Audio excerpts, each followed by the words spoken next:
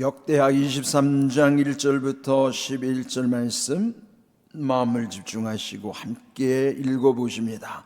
제7년에 여호야다가 용기를 내어 백부장 곧 여로함의 아들 아사랴와 여호하난의 아들 이스마엘과 오벳의 아들 아사랴와 아다의 아들 마아세야와 시그리의 아들 엘리사밧 등과 더불어 언약을 세우매 그들이 유다를 두루다니며 유다 모든 고을에서 레위 사람들과 이스라엘 족장들을 모아 예루살렘에 이른지라.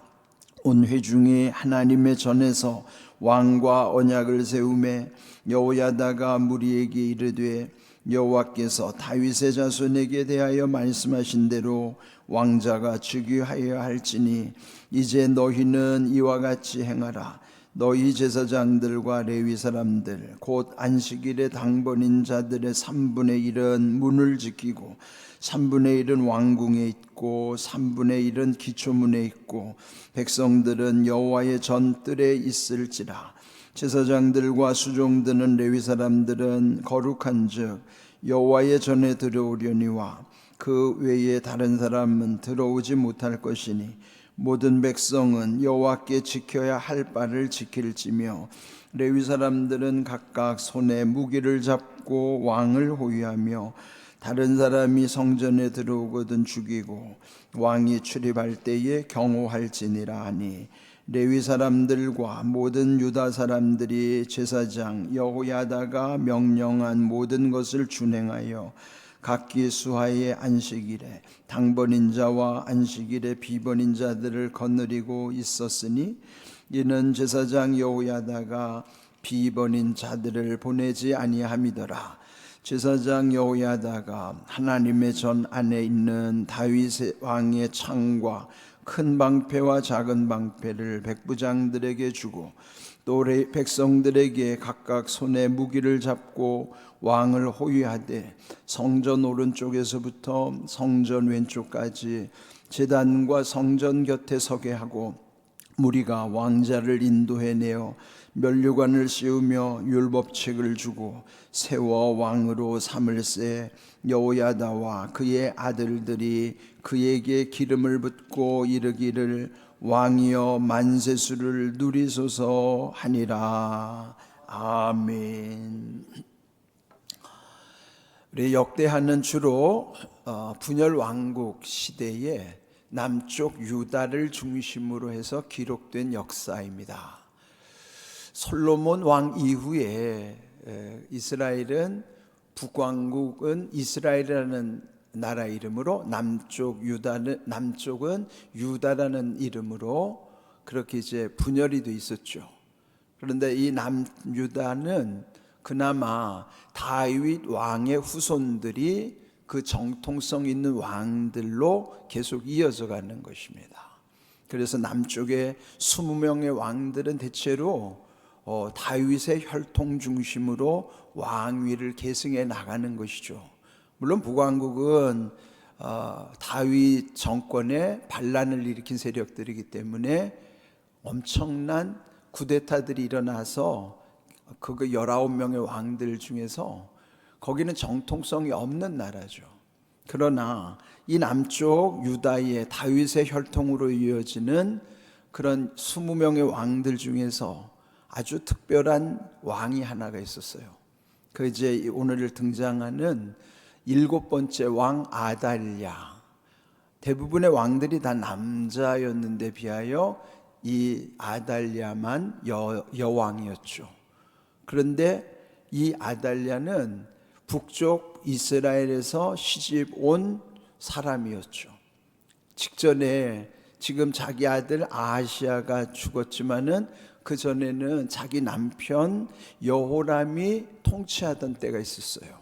그러면은 자기 남편 여호람 왕이 한 8년을 다스리는 동안에 그는 왕비로서 그런데도 악한 왕비였죠.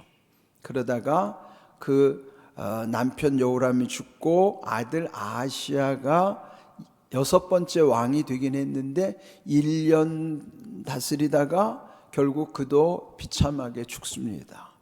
네, 그렇게 돼서 결국은 이 아달랴, 그러니까 요람 왕의 아내이면서 그 밑에 자기 아들 아하시아가 왕이었으니까 자기는 태후가 되는 거죠. 그런데 아들 아하시아가 비참하게 죽자 이 여인이 갑자기 정신이 돌아버린 거예요. 그러면 다음 왕위를 이을 사람을 세워야 되는데 그 왕위를 이을 그 아하시아의 아들들을, 그러니까 자기한테는 손자 아니에요? 근데 그 다음 이어갈 손자들을 다 죽여버리는 거예요. 그리고 나서 자기가 왕위에 올라가는 거죠. 그렇게 해서 결국은 다윗의 혈통이 아닌 이방 여인으로서 이 아달랴가 무려 7년을 다스리는 겁니다. 그런데 그때 다 죽인 줄 알았는데 당시 아하시아의 아들 중에서 요아스라고 하는 피부치가 하나 남았어요. 근데 그를 고모가 그 반란이 일어난 상황 속에서도요, 그 변란 중에 그 고모 덕분에 사는 거예요. 고모가 몰래 자기 조카를 빼돌려서 키우는 거예요. 그러니까 고모부는 그래도 오늘 본문의 이름이 여호야다. 고모부는 여호야다라는 제사장인데 그 고모 이름이 여호사부앗이라고 그러잖아요. 그러니까 결국은 고모 덕분에 그나마 피부치를 그 유일한 다윗의 혈통이에요. 그래서 몰래 키워내고 있다가 오늘 이제 본문이 이어지는 거예요. 제 7년에, 그렇죠?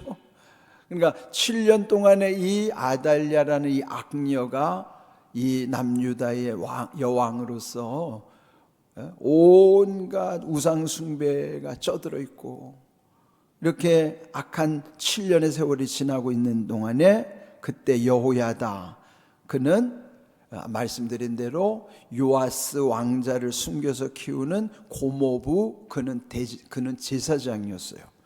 그래서 용기를 내어서 결국 거기에 있는 백부장들 이름이 나오죠. 백부장 이름이 여러 명 거명되면서 거기 여로보암의 아들 아사랴, 요하난의 아들 이스마엘, 오벳의 아들 아사랴, 아다의 아들 마세야, 시그리의 아들 엘리사밧, 이 백부장들과 합세해서 언약을 세웠다. 그 언약의 중심은 옛적에 하나님이 다윗 왕과 맺은 그 다윗 언약을 중심으로 해서 이제는 이 정통성이 없는 이 여자 아달랴 왕을 몰아내고 정통성 있는 다윗의 혈통인 요아스, 그의 나이가 7살밖에 안 됐잖아요. 7살 어린 왕이지만은 그 요아스를 왕으로 세우고자 이제 반란을 도모하는 거예요. 그거는 그래도 나름대로 좋은 반란이죠. 정통성을 다시 회복하고자 하는 좋은 반란을 도모하는 거예요. 그런데 오늘 제목 용기를 내었다. 그래서 오늘 제목 제7년의 용기를 내어. 그러니까 7년 동안에 얼마나 가슴 졸이면서 그 조카를 키웠겠습니까마는 또 그 나라가 이제 바르게 회복되기를 얼마나 꿈꿨겠어요. 그리고 마침내 이제 7년이 될 때 이제는 때가 되었다고 판단하여 그와 한 뜻을 같이 하는 백부장과 더불어 언약을 세웠고, 그 다음 2절, 그들은 유다를 두루 다니며 유다 모든 고을에서 레위 사람들 이스라엘 족장들을 모아서 예루살렘에 이르렀다, 그런 거예요. 두루 다니면서 세력을 규합하는 거죠. 무슨 일을 하든지 한 사람의 뜻을 이루기는 어렵죠. 소수의 사람보다 다수의 사람이 합세해야만 모든 일이 합력해서 선을 이루게 되는 것이죠. 그렇게 해서 결국 이 여호야다 제사장을 중심으로 해서 그 백부장들 그리고 두루 다니면서 이렇게 많은 사람들의 뜻을 모으는 거예요. 물론 아주 비밀리에 이런 일을 하겠죠. 우리가 어떤 일을 하든지 두루 다니며라는 것은 좋은 일도 안 좋은 일도 이렇게 몰래 하는 경우가 있어요. 그러나 무슨 일을 하든지 좋은 일을 하는 것은 그런 거는 치밀하게 준비하는 것 정말 귀한 일이지만은 또 마귀도요 두루 다니며 삼킬자를 찾는다는 말씀이 있었어요. 그렇죠? 베드로전서 5장 8절에 근신하라 깨어라 너희 대적 마귀가 두루 다니며 마치 우는 사자와 같이 삼킬자를 찾는다, 그런 말씀이 있어요. 그러니까 지금 여기에 여호야다도 하나님의 나라를 다시 이어가기 위해서 두루 다니지만은 또 한편 우리의 대적인 마귀도 우는 사자와 같이 두루 다니며 삼킬 자를 찾는다는 것에 대해서 늘 우리가 조심해야 된단 말이죠. 영적으로 깨어있지 않으면 이 마귀는 우는 사자와 같이 두루 다니면서 삼킬 자를 지금도 찾고 있는 거예요. 그러니까 두루 다닌다는 뜻이 좋은 쪽으로도 안 좋은 쪽으로도 우리가 늘 대비하면서 이 말씀을 묵상해야 한다 하는 것입니다. 3절 온 회중이 여호와의 전에서 왕과 언약을 세우매, 비록 7살 어린 왕자지만은 그래도 그 언약, 다윗과 맺었던 하나님의 언약을 다시 회복하고서 여호야다가 무리에게 말하기를 여호와께서 다윗의 자손에게 대하여 말씀하신 대로 왕자가 즉위하여야 한다 하는 거예요. 정통성을 다시 회복시켜야 되는 거죠. 아주 이 여호야다는 그 사명감을 가지고 얼마나 불안하겠습니까? 그러나 용기를 내서 이런 일을 지금 함께 이루어가는 것이죠. 근데 얼마나 치밀한지 이제 거사일을 안식일로 잡았어요. 그래 보통 안식일이라고 하면 하나님의 날이니까 그러면 이제 그런 날에 반란이 일어날 건 예상하기도 어렵겠지만은 여기 4절을 보시면 이제 너희는 이와 같이 행하라. 너희 제사장들 레위 사람들은 곧 안식일에 당번인 자들의 3분의 1은 문을 지키고 3분의 1은 왕궁에 있고 3분의 1은 기초문에 있어 그랬어요. 그러니까 거기에 지금 뜻을 같이 하는 제사장들 레위 사람들이 중심이 돼서 안식일에는 성전 중심으로, 그러면 거기에 그들을 3분의 1씩 세조로 편성해서 1조는 문을 지키고 또 두 번째 조는 왕궁에 있고 세 번째 조도 기초문을 들어오는 기초문을 다 살피는 거예요. 치밀하게 그렇게 계획을 나누고 그 다음에 백성들은 여호와의 전뜰에 있었다. 그러니까 안식이니까 백성들이 그 성전으로 오겠죠. 그러나 그들은 성전 안으로는 들어올 수 없으니 성전의 뜰에 백성들도 지금 다 대기하고 있는 상태죠. 네, 이렇게 치밀하게 준비하면서 또 조심해야 되는 게 있습니다. 6절에 제사장들 수종드는 레위 사람들은 거룩한즉 여호와의 전에 들어오려니와 그 외에 다른 사람은 들어오지 못할 것이니 모든 백성은 여호와께 지켜야 할 바를 지킬지며 그랬어요. 성전 안으로 들어올 수 있는 것은 이 레위 사람들 그리고 제사장들만 그들의 거룩함으로 들어올 수 있지만은 백성들은 성전 안으로 들어올 수 없으니 뜰에 대기하고 있는 상태인데 이때 여기 말씀 보면은 여호와께 지켜야 할 바를 지킬지며 그랬어요. 그러니까 그게 뭐예요? 선을 넘지 말라 하는 거예요. 우리가 이게 항상 경계선을 조심해야 되는 거예요. 그러나 물론 이런 어떤 눈에 보이는 경계선도 중요하겠지만은 눈에 보이지 않는 우리 사람들과 사이에서 지켜야 되는 도리가 있어요. 그거를 선이라고 하는 거예요.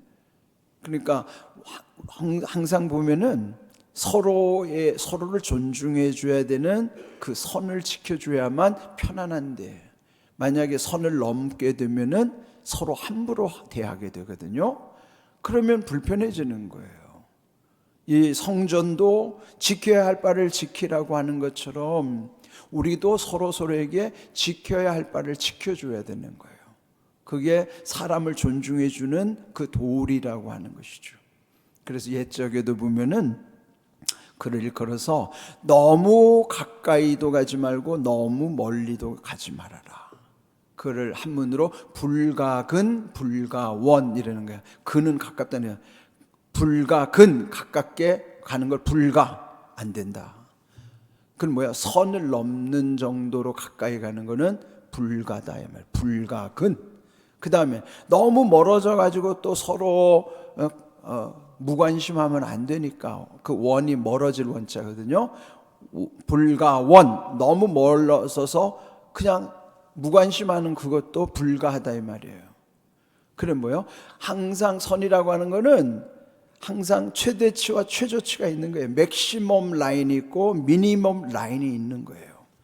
그래서 우리는 항상 그 지켜야 할 바를 지킬 줄 아는 지혜가 필요하죠. 그래야지 서로 편안한 거예요. 그런데 선을 넘으면은 결국 하나님 앞에서는 선을 넘어가면 어떻게 돼요? 그게 악이 되는 거예요. 선을 넘어가면 그게 악함이 되는 거란 말이죠. 선을 넘지 않아야 선한 거라 이 말이에요. 선함이라고 하는 건 선을 넘지 않아야 선함인 거예요. 선을 넘어가면 그게 악해진단 말이죠. 그래 이게 정말 쉽지 않죠. 그러니까 가정 안에도 마찬가지입니다. 가정에도 식구들끼리 각자의 선을 지켜줘야 돼요. 부부간에도 선이 있고 자녀들과도 선이 있고 다 나름대로 존중해 줘야 될 그 라인이 있는 거예요. 그래서 지켜야 할 것을 지키는 것이 그게 절도 있는 생활이에요. 믿음의 사람들은 그런 모습이 얼마나 아름답고 귀한지 몰라요. 그렇게 다 주의할 바도 알려주면서 7절에 보면은 레위 사람들은 각각 손에 무기를 잡고 왕을 호위하며 성전에 들어오거든 그 다른 사람은 죽이고 왕이 출입할 때는 경호하라. 호위하고 경호하고 그렇게 해서 8절에는요 또 그 유다 사람들이 제사장 여호야다가 명령한 모든 것을 준행하여 각기 수하의 안식일에 당번인 자와 안식일에 비번인 자들을 거느리고 있었으니 이는 제사장 여호야다가 비번인 자들은 보내지 아니함이더라.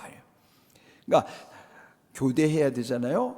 비번인 사람은 가고 당번인 사람들이 들어와야 되는데 당번도 비번도 다 거기에 합세하도록 아무도 내보지 않았다는 거예요. 그리고 11절 그 무리들이 그 요아스 7살 어린 왕자를 인도해내어 면류관을 씌워주고 하나님의 율법책을 주고 세워 왕으로 삼았다. 그리고 여호야다의 아들은 그에게 기름을 부어서 왕으로 세웠다 하는 거예요. 마침내 어린 왕이 정식 왕으로 등극이 된 거예요. 물론 아달랴는 이 사실을 아직도 깜짝같이 모르죠. 반란이 일어났지만은 그러나 이 악한 아달랴의 7년 그 암흑기를 끝내는 순간인 것이죠. 이와 같이 하나님의 역사는요 끊어질 것 같지만 끊어지지 않는 거예요. 여기에 이 아달랴라는 것은 이 영적인 흐름으로 보면은 다윗의 혈통으로 오는 메시아의 계보를 끊고자 하는 마귀의 전략이란 말이에요. 다윗의 혈통이 끊어지면 메시아가 올 수 없으니까. 그러니까 마귀가 득세한 것 같지만은 결국은 하나님이 다 요아스를 숨겨서 때가 이를 때까지. 그래서 마침내 때가 이르렀을 때 이 여호야다 제사장을 중심으로 해서 용기를 내어 거기 뜻을 같이 하는 사람들이 합세하여 왕으로 세우게 되는 것이죠. 자, 그러면 우리가 살아가는 현실 속에서도 용기를 낸다고 하는 게 그게 우리로서는 한계가 있어요. 우리가 용기를 내봤자 얼마나 용기를 내겠어요.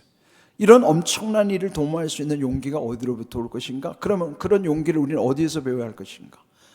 이사야 41장 10절 말씀을 함께 읽어봅니다. 두려워하지 말라. 내가 너와 함께함이라. 놀라지 말라. 나는 네 하나님이 됨이라. 내가 너를 굳세게 하리라. 참으로 너를 도와주리라. 참으로 나의 의로운 오른손으로 너를 붙들리라. 이 약속의 말씀이 있어야 돼요. 제일 중요한 거는 하나님이 나와 함께 하신다고 하는 임마누엘의 그 약속을 붙잡아야만 한단 말이에요.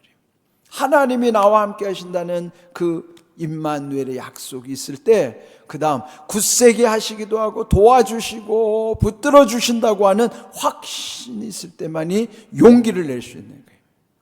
우리의 용기의 근원은요, 사람의 용기는 한계가 있어요. 얼마 못 갑니다. 그러나 이렇게 엄청난 거사를 이루기 위해서, 또 우리가 어떤 위험한 순간이나 우리가 뜻하지 않는 일 속에서 정말 하나님의 선하신 뜻 가운데서 용기를 낸다는 것이 어떤 의미인가? 그러면은 그런 용기 가운데는요, 두려움이 이길 수가 있고, 두려움이 변하여 담대할 뿐만 아니라 불안함이 변하여 평안함이 오는 거예요. 바로 이 이사야 41장 10절의 말씀이 우리가 이 세상에 담대하게 용기를 낼 수 있는 믿음의 원천이라는 사실을 기억하십시오. 귀한 은혜가 우리 모두에게 늘 임할 수 있기를 주님의 이름으로 축복합니다. 아멘.